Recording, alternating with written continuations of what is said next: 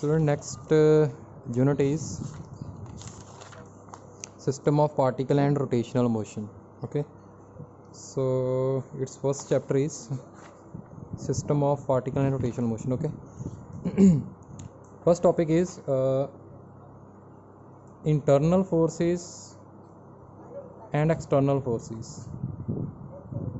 So all the forces exerted by various particles, every matter is made up of small particles and particles exert force on each other internally. Okay, so all the forces exerted by various particles of the system on one another are called internal forces, because these forces are acting between the particle inside the system. So that's why name is given to them is internal forces. And second one is external forces. To move a bus, a car, or any object, we have to apply force from the outside. That force is called external force, which is applied from outside on the object. Okay, force exerted on a given system by the agencies outside the system is called external force. For example, you are applying force on a car or bus to stop. Okay, so that is your external force. One more thing is a particle. A particle as an object which has a definite mass but whose size and internal structure can be ignored. Particle means which has mass but its dimensions are so small that we can easily ignore them. Okay, but whose size and internal structure can be ignored. Okay, that is called particle.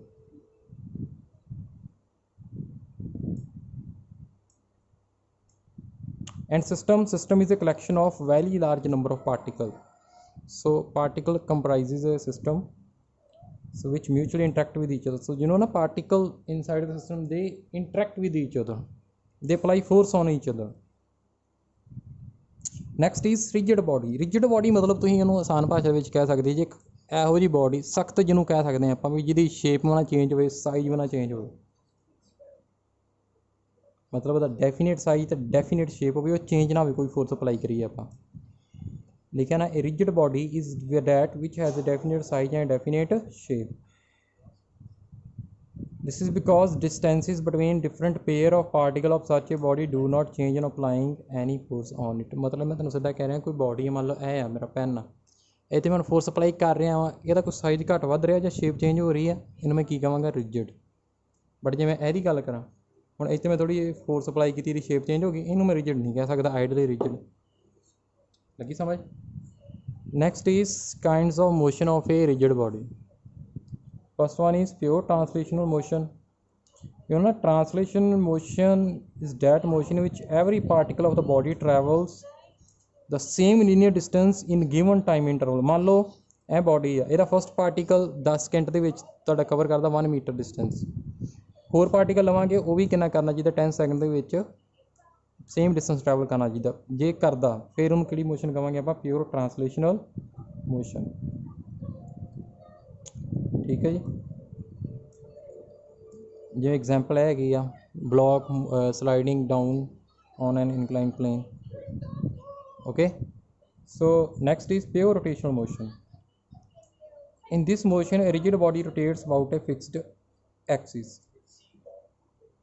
एक fixed axis है, जिमें पक्खा नहीं घूमता ऐ घूमता है ना, एक axis the round fixed axis आ, ऐ पक्खा घूमता है, ठीक है, एक्सिस दे राउंड घूमता।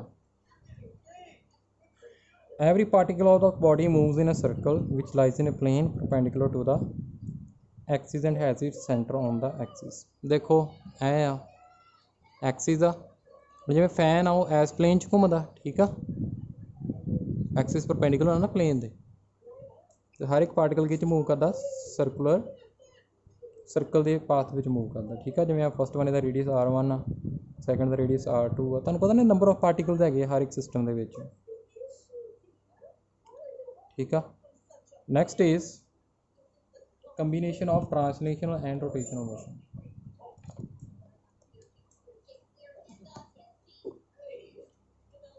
Combination of translational and rotational motion. ਹੁਣ ਇਹ ਕੀ ਹੈਗੇ ਆਪਣੇ ਕੋਲ, ਦੇਖੋ ਇਹ बॉडी स्लाइड कर रही है, ਹੁਣ देखो ये रोटेट भी कर रही है ना, एक एक्सिस के राउंड में मूव कर रही है, लीनियर डिस्टेंस भी ट्रैवल कर रही है, ਸੋ ਇਹਨੂੰ ਕੀ ਕਹਿ ਸਕਦੇ ਆਪਾਂ ਕਿ ਇਹ ਬੋਡੀ ਕੋਲ ਕੀ ਹੈਗੀ ਹੈ, ਰੋਟੇਸ਼ਨਲ ਮੋਸ਼ਨ ਵੀ ਹੈਗੀ ਹੈ ਅਤੇ ਟਰਾਂਸਲੇਸ਼ਨਲ ਵੀ ਹੈਗੀ ਹੈ।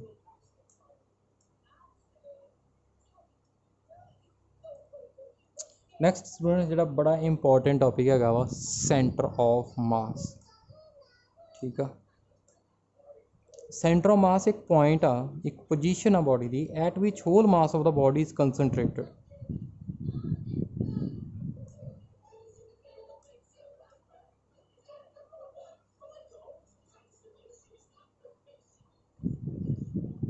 ਠੀਕ ਆ, ਜਿਵੇਂ ਮੰਨ ਲਓ ਜਿਵੇਂ ਆ ਮੇਰਾ ਪੈਨ ਆ, ਇਹਦਾ ਇੱਕ ਪੁਆਇੰਟ ਕਿਤੇ ਨਾ ਕਿਤੇ ਕਿਸੇ ਪੋਜੀਸ਼ਨ ਦੇ ਉੱਪਰ ਨਾ ਇਹ ਸਾਰੇ ਪਾਰਟੀਕਲ ਦਾ ਮਾਸ ਕਲੈਕਟਿਵਲੀ, ਇਹ ਪੂਰੀ ਬੋਡੀ ਦਾ ਮਾਸ ਇੱਕ ਪੁਆਇੰਟ 'ਤੇ ਪਿਆ ਹੋਏਗਾ।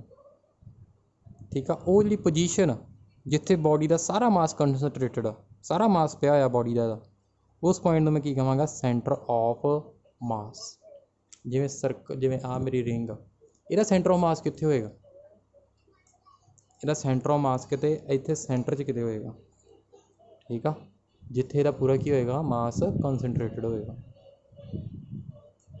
ਠੀਕ ਆ, ਜਿਵੇਂ ਦੇਖੋ ਮੈਂ ਇਹਨੂੰ ਕੈਲਕੂਲੇਟ ਕਰਨ ਦੇ ਮੈਥਡ ਹੈਗੇ, ਮੈਂ ਤੁਹਾਨੂੰ ਦੱਸਾਂਗਾ। ਪਹਿਲਾਂ ਹੈਗਾ centre of mass of a body or system bodies as a point at which the entire mass of the body is supposed to be concentrated।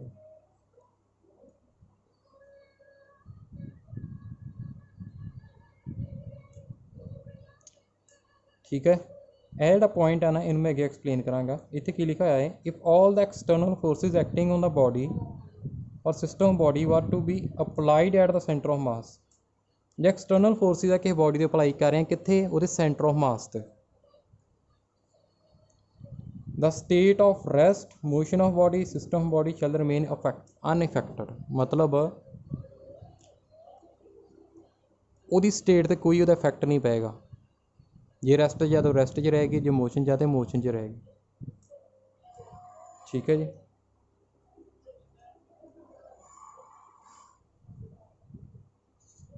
Second thing, ਇਹ ਜ਼ਰੂਰੀ ਨਹੀਂ ਹੈ ਕੋਈ ਵੀ ਬੋਡੀ ਆ ਉਹਦੇ ਸੈਂਟਰ ਦੇ ਵਿੱਚ ਮਾਸ ਕੰਸਨਟਰੇਟਡ ਹੋਵੇ। ਠੀਕ ਆ, ਲਿਖਿਆ ਹੈ ਨਾ, it is not at all necessary that the total mass of the system be actually present at the centre of mass. For example center of mass of a uniform circular ring is at the center of the ring where there is no mass। देखो आ जिवें ring आ, ਤੁਸੀਂ ਕਹਿਣਾ ਜੀ ਇਹਦਾ ਮਾਸ ਕਿੱਥੇ ਹੋਏਗਾ, S ਕਿਤੇ point 'ਤੇ ਹੋਏਗਾ, ਇੱਥੇ ਕਿਤੇ ਹੋਏਗਾ ਨਾ, ਪੋਜੀਸ਼ਨ ਹੋਏਗੀ ਜਿੱਥੇ ਸਾਰਾ ਮਾਸ ਦਾ ਪਏਗਾ। ਬਟ ਇੱਦਾਂ ਨਹੀਂ ਹੈ, ਇਹਦੇ ਸੈਂਟਰ 'ਚ ਆ।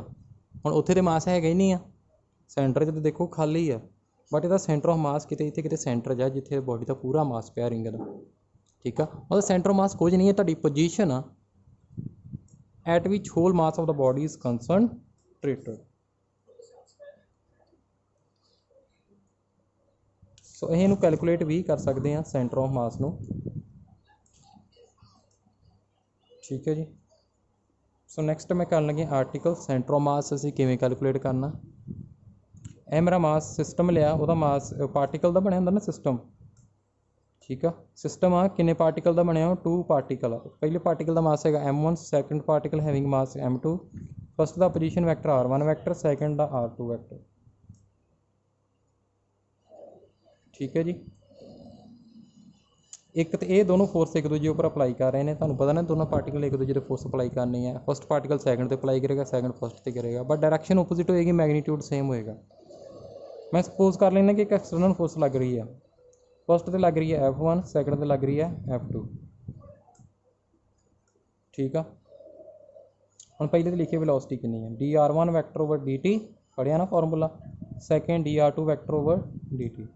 F1 ਕੀ ਹੈ? External force applied on particle of mass m1 ਦੇ ਉੱਪਰ ਜਿਹੜੀ ਫਸਟ ਫੋਰਸ ਐਕਸਟਰਨਲ ਫੋਰਸ ਲੱਗ ਰਹੀ। ਤੇ F2 ਕੀ ਹੈਗੇ ਆ? F2 external force applied on particle of mass m2। Okay, ਹੁਣ ਦੇਖੋ ਇੰਟਰਨਲ ਫੋਰਸ ਦੋਨਾਂ ਦੇ ਕਿਹੜੀ ਲੱਗ ਰਹੀ, ਇਹਨੇ ਇਹਦੇ 'ਤੇ ਫੋਰਸ ਲਗਾਉਣੀ, ਇਹਨੇ ਇਹਦੇ 'ਤੇ ਲਗਾਉਣੀ। F12 ਹੈਗੀ ਆ force acting on mass m1 due to m2। F12 ਹੈਗਾ ਜਿਹੜੀ ਫੋਰਸ ਜਿਹੜੀ ਕੌਣ ਲਗਾਉਂਦਾ, m2 ਕਿਹਦੇ 'ਤੇ ਲਗਾਉਂਦਾ, m1 'ਤੇ ਲਗਾਉਂਦਾ। ਠੀਕ ਆ, ਅਤੇ ਨੈਕਸਟ ਹੈਗਾ F21 ਹੈਗਾ ਇੰਟਰਨਲ ਫੋਰਸ ਜਿਹੜਾ ਮਾਸ m2 ਦੇ ਉੱਪਰ ਕੌਣ ਲਗਾਉਂਦਾ, ਮਾਸ m1। ਹੁਣ ਪਹਿਲੇ ਦਾ ਲੀਨੀਅਰ ਮੋਮੈਂਟਮ ਮੈਂ ਕੈਲਕੂਲੇਟ ਕਰ ਲਾਂਗਾ। Linear momentum P is equal to M into V ਹੁੰਦਾ M1 इंटू V1 ਵੈਕਟਰ। ठीक आ। ਹੁਣ ਤੁਹਾਨੂੰ ਪਤਾ ਫੋਰਸ ਆ external Newton second law F vector is equal to ਕਿਹਦੇ ਕੋਲ ਹੁੰਦਾ, ਦੇਖੋ ਮੈਂ ਲਿਖਾਉਣਾ ਤੁਹਾਨੂੰ।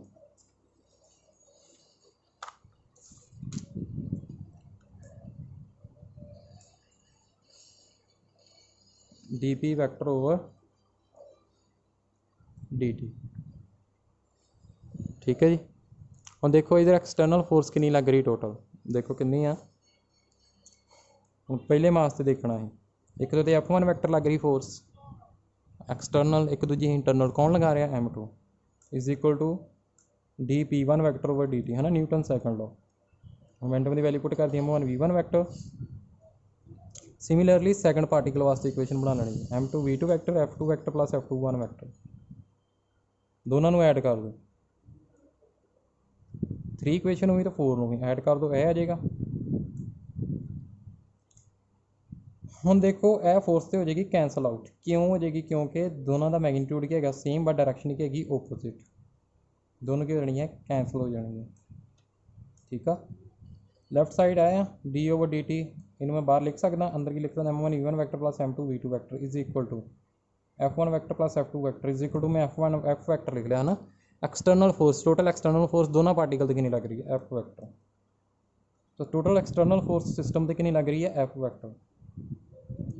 हम देखो V1 वैक्टर की वैल्यू इतने पुट करिए DR1 वैक्टर और dt plus M2 DR2 vector over dt put करते ये आ गया। हम डी ओवर डी टी बाहर लै जाइए, ये डी ओवर डी टी बाहर लै जाइए क्योंकि M1 कॉन्सटेंट है ना। M1 R1 vector plus M2 R2 vector लैके इन्होंने बाहर आ जाए, डबल डिफरेंशिएशन हो जानी है। लिखता मैं। हम देखो टोटल मास कितना सिस्टम पूरे का M1 plus M2 plus M2 के नाल तुसीं मल्टीप्लाई करना इन इक्वेशन ते डिवाइड करना, करता मल्टीप्लाई ते डिवाइड। ठीक है स्टूडेंट्स। ए की हो गया तो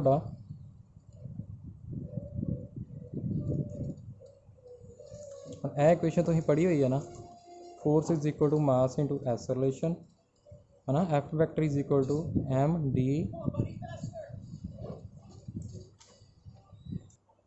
स्टूडेंट इन्हों मैं किवें लिख सकता F vector is equal to M D V vector over D T. हम V आ गया ना, इन्हों मैं किवें लिख सकता F vector is equal to M D over D T D R vector over D T. Position vector आ गया ना, ये किवें आ गया F vector is equal to M double differentiation of position vector with respect to time.